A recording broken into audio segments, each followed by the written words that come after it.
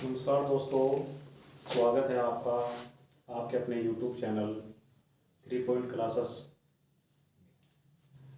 दोस्तों, मैं आज आपको भारत की भौगोलिक स्थिति के बारे में जानकारी दूंगा और उम्मीद है कि आप लोगों को यह वीडियो पसंद आएगी। तो भारत की जो भौगोलिक स्थिति की शुरुआत है वो होती है सिंधुकालीन सभ्यता से, अर्थात हम ये कह सकते हैं कि जो सिंधु घाटी सभ्यता ही आधुनिक भारत का आधार है।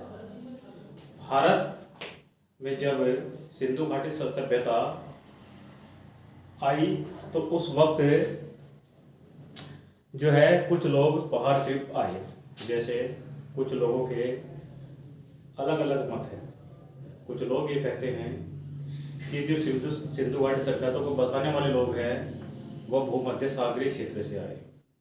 कुछ लोगों का मत ये है कि वो सुमेरियन थे और कुछ लोगों का मत ये है कि वो अल्पाइन थे और कुछ लोगों का मत ये है कि वो द्रविड़ थे। तो इस प्रकार से जो हम आधुनिक भारत का स्वरूप देखते हैं उसका जो आधार है वो आधार है सिंधु घाटी सभ्यता, यानी कि जो भारत का जो आधुनिक आधार है वो है सिंधु घाटी सभ्यता।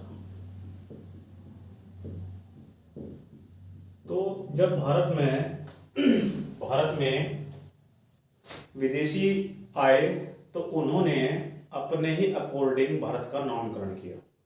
जैसे सिंधु घाटी सभ्यता को बसाने वाले लोग आर्य थे और उनका जो एक शक्तिशाली राजा था जिसका नाम था राजा भरत, तो उन्होंने भारत को कहा भारतवर्ष, अर्थात आर्यों के अनुसार भारत का जो नाम है वह है भारतवर्ष। और इन्होंने ही एक नाम और दिया भारत को जिसका नाम है आर्यवर्त।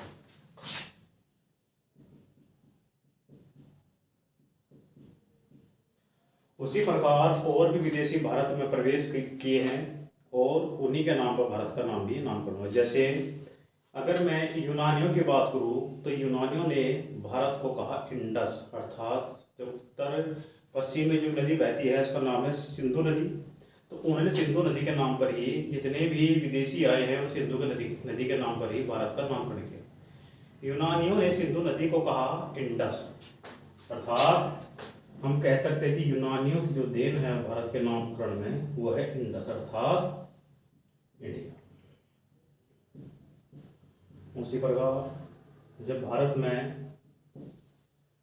में अरब आए तो अरब में वो सिंधु नदी के मुहाने पर खड़े हो गए, अर्थात उसके तट पर खड़े हो गए और वहाँ पर उन्होंने, क्योंकि चूंकि अरब भाषा में सै को है बोला जाता है, तो उसी प्रकार उन्होंने सिंधु को हिंदू कहा और जो उसके आसपास के जो लोग रहने वाले थे उन लोगों को उन्होंने हिंदू कहा और जो उस क्षेत्र में रहते थे उन्होंने उसका नामकरण किया हिंदुस्तान, अर्थात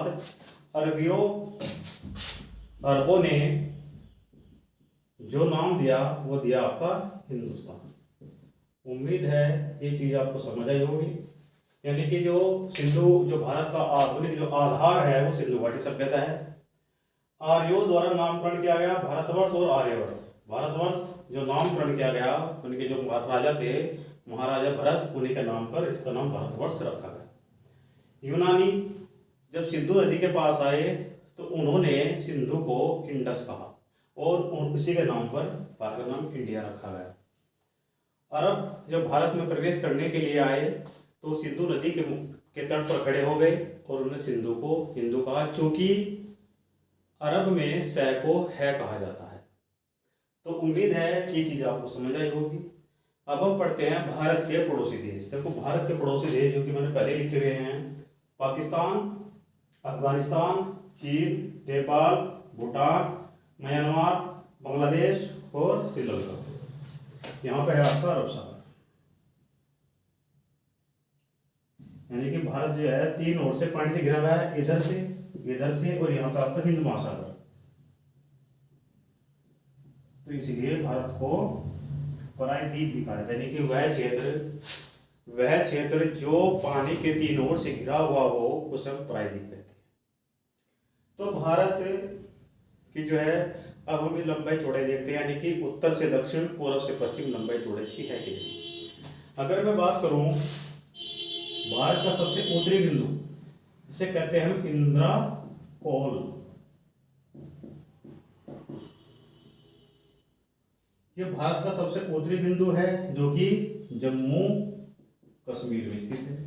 और भारत का सबसे दक्षिणतम बिंदु जो भारत की मुख्य भूमि से लगा हुआ है उसे कहते हैं कन्याकुमारी।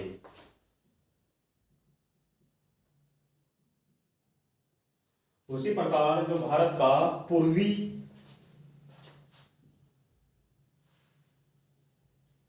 जो भारत का सबसे पूर्वी क्षेत्र है उसे कहते हैं किबुथु। किबुथु जो कि आपका अरुणाचल प्रदेश में स्थित है। और जो भारत का सबसे पश्चिमी क्षेत्र है, पश्चिमी जो बिंदु है, उस बिंदु को हम कहते हैं गौरमाथा। गौरमाथा या गोमाथा। ये आपका गुजरात में स्थित है और यहाँ पे ये कच्छ के रण में, गुजरात में कच्छ के रण में ये स्थित है। और कच्छ के रण में जो यहाँ पे एक फेमस जो पशु है, ये प्रश्न एसएससी में कई बार पूछ लिया गया है कि कच्छ के रण का जो प्रमुख पशु है वो कौन सा है, तो यहाँ पे होता है जंगली गधा। प्रमुख पशु है उसे कहते हैं हम जंगली गधा। जिस प्रकार भारत की चारों दिशाएं हैं, पूर्व पश्चिम उत्तर दक्षिण, पूर्व में आपका किबिथु होगा जो अरुणाचल प्रदेश में है, दक्षिण में कन्याकुमारी हो गया, उत्तर में इंदिराकोल हो गया और पश्चिम में हो गया आपका गौरमाथा जो गुजरात में स्थित है। उसी प्रकार भारत की लंबाई भी कुछ ना कुछ, चौड़ाई भी कुछ ना कुछ होगी, यानी कि पूर्व से पश्चिम उत्तर दक्षिण लंबाई चौड़ाई कितनी है। तो अगर मैं बात करूं पूर्व से पश्चिम की जो लंबाई है वो है 2933 किलोमीटर। 2933 किलोमीटर भारत की जो लंबाई चौड़ाई है, सॉरी, पूर्व से पश्चिम की ओर है। उसी प्रकार उत्तर से दक्षिण की ओर जिसकी लंबाई है वो है 3214 किलोमीटर। इस प्रकार भारत की लंबाई और चौड़ाई, लंबाई 3214 किलोमीटर जो कन्याकुमारी से इंदिराकोल को तक बैठती है। दूसरी आपका पूर्व से पश्चिम की चौड़ाई है वो गौमाथा से किबुथु जो अरुणाचल प्रदेश में पड़ता है उसकी जो लंबाई है वो 2933 किलोमीटर है। उसी प्रकार भारत का जो विस्तार है वो अक्षांश और देशांतर ये भी है। इसको थोड़ा पढ़ने का प्रयास करेंगे, थोड़ा रफ कर रहा हूँ। सपोज करो ये आपका ग्लोब है अर्थात ब्रह्मांड, तो इसके बीचों बीच एक रेखा खींची हुई है, हालांकि वास्तविक नहीं है, एक काल्पनिक रेखा है, ठीक है जी। तो इसे मानते हैं 0 डिग्री जो इंग्लैंड के, और ये है आपका 23.5 डिग्री जिसे कहते हैं हम कर्क रेखा। और यही आपका दक्षिण की ओर 23.5 डिग्री है, इसे कहते हैं मकर रेखा।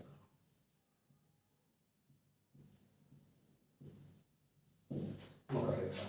तो भारत की स्थिति कहां पर है ये जानने के लिए, भारत की स्थिति लगभग यहां पर है, ठीक है जी। भारत की स्थिति यहां पर है, यानी कि हम ये कह सकते हैं जो कर्क रेखा है वो लगभग भारत के मध्य से होकर गुजरती है, जो लगभग भारत के मध्य से होकर वो गुजरती है। तो इस प्रकार हम कह सकते हैं कि जो भारत की स्थिति है ग्लोब में वो उत्तर पूर्वी है। भारत की जो स्थिति है वो ग्लोब में उत्तर पूर्वी दिशा में पड़ेगी। तो अब कहीं ना कहीं भारत में देशांतर है, जो भी आज के विमान चलते हैं, जो आपके विमान, आप यहाँ से बैठे अमेरिका उतर गए, इंग्लैंड चले गए, कनाडा चले गए, कहीं भी आप पहुँच गए हैं, तो उनके जो है वो अक्षांश और देशांतर के रूप में चलते हैं, क्योंकि आसमान में सड़क तो है नहीं, तो वो जो सेट किए जाते हैं वो कहते हैं अक्षांश और देशांतर के रूप में। तो भारत की स्थिति भी कहीं ना कहीं अक्षांश और देशांतर के रूप में होगी। तो पहले पढ़ते हैं अक्षांश।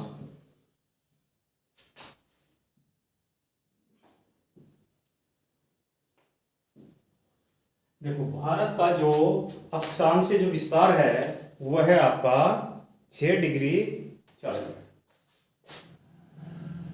6 डिग्री 4 मिनट जो उसका सबसे दक्षिणतम बिंदु है। सबसे दक्षिण तरफ जो बिंदु है वह है 6 डिग्री 8 डिग्री 4 मिनट, और जो सबसे उसका उत्तरी बिंदु है वह है 37 डिग्री 6 मिनट। 37 degree 6 minute. ये हो गया इसका अक्षांशीय विस्तार। आपके पेपर में डायरेक्ट पूछा जाता है कि भारत का जो अक्षांशीय विस्तार है वो कितने अक्षांशों के मध्य है, तो आपका आंसर होगा कि 8 डिग्री 4 मिनट से 37 डिग्री 6 मिनट के मध्य अक्षांशीय विस्तार है। उसी प्रकार देशांतरीय है। देशांतरीय आपका है 68 डिग्री 7 मिनट से 68 डिग्री 7 मिनट से 57 डिग्री 25 मिनट। 57 डिग्री 25 मिनट, ये आपका हो गया देशांतरीय विस्तार। भारत से लगे हुए देश पाकिस्तान, अफगानिस्तान, चीन, नेपाल, भूटान, बांग्लादेश, म्यांमार और आपका श्रीलंका। इसी क्रम में आप इनको याद रखेंगे तो आपको आसानी होगी, क्योंकि पेपर में कभी कभी एग्जामिनर इनके पूर्व से पश्चिम भी पूछ लेता है कि पूर्व से पश्चिम में क्रम लगाओ, तो आपको ये याद होना चाहिए। मैं एक बार रिपीट करता हूँ, उम्मीद है कि आपको समझ में आ रहा होगा। देखो, जो भारत, हम वर्तमान भारत देखते हैं, इसका जो आधार है वो सिंधु घाटी है। सिंधु घाटी के लोग बहुत ही टैलेंटेड थे, ठीक है। तो भारत में आज देखते हैं वो सब सिंधु घाटी सभ्यता की देन है। सबसे पहले देखो, लोगों का अलग अलग मत है। कुछ लोग कहते हैं कि वो आर्य थे, अर्थात वो भूमध्य सागर से आए। कुछ का मत है वो सुमेरियन थे, कुछ का मत है कि अल्पाइन थे, और कुछ का मत है कि वो द्रविड़ थे। तो आर्यों, अधिकतर जो विद्वानों का जो मत है वो आर्यों पे ही सहमत है। तो आर्यों का एक राजा था, जिसका नाम था राजा भरत। उन्होंने इसी क्षेत्र में भारत का नाम रखा भारतवर्ष, और एक और नाम मिलता है आर्यवर्त, ये भी आर्यों की ही देन है। उसी प्रकार यूनानियों ने भारत का नाम रखा इंडस, जो कि आज आधुनिक नाम पढ़ते हैं इंडिया, वो यूनानियों की देन है। और जो हिंदुस्तान जो नाम है वो अरबों की देन है। ये मैंने आपको बताया था वीडियो के स्टार्ट में कि जो वो अरबी होते हैं वो है बोलते हैं, तो उन्होंने सिंधु नदी को क्या कहा, हिंदू नदी। उसी प्रकार भारत से लगे हुए देश है पाकिस्तान, अफगानिस्तान, चीन, नेपाल, भूटान, म्यांमार, बांग्लादेश और कन्याकुमारी। भारत के पश्चिम में अरब सागर, पूर्व में बंगाली खाड़ी और दक्षिण में आपका हिंद महासागर। यानी कि भारत 3 ओर से पानी से घिरा हुआ है, इसलिए भारत को प्रायद्वीपीय कहते हैं, ठीक है जी।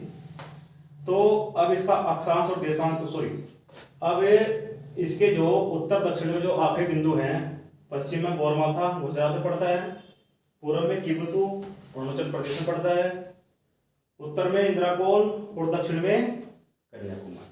ये इसके आखिरी पॉइंट है। और भारत की जो उत्तर से दक्षिण, पूर्व से पश्चिम जो लंबाई है, उत्तर से दक्षिण है 3214 किलोमीटर, पूर्व से पश्चिम 2933 किलोमीटर।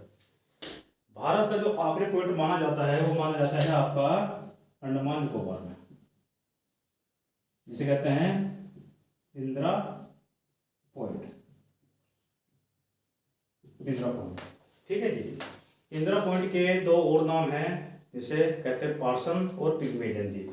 किसे कहते हैं, पिग्मेलियन द्वीप और पार्सन द्वीप।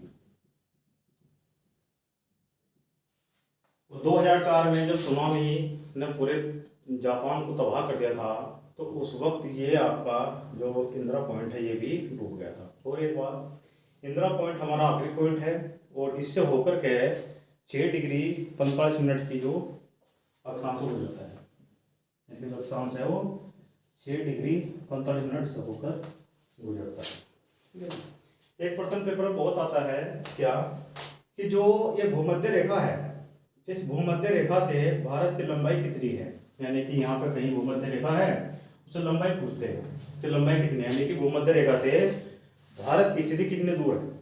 तो भारत इससे 876 किलोमीटर, यानी कि जो लंबाई है यार 876 किलोमीटर।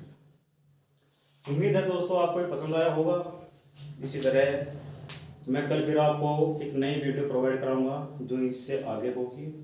आपको मेरे चैनल को सब्सक्राइब करना है और मेरा उत्साह बढ़ाना है। नमस्कार।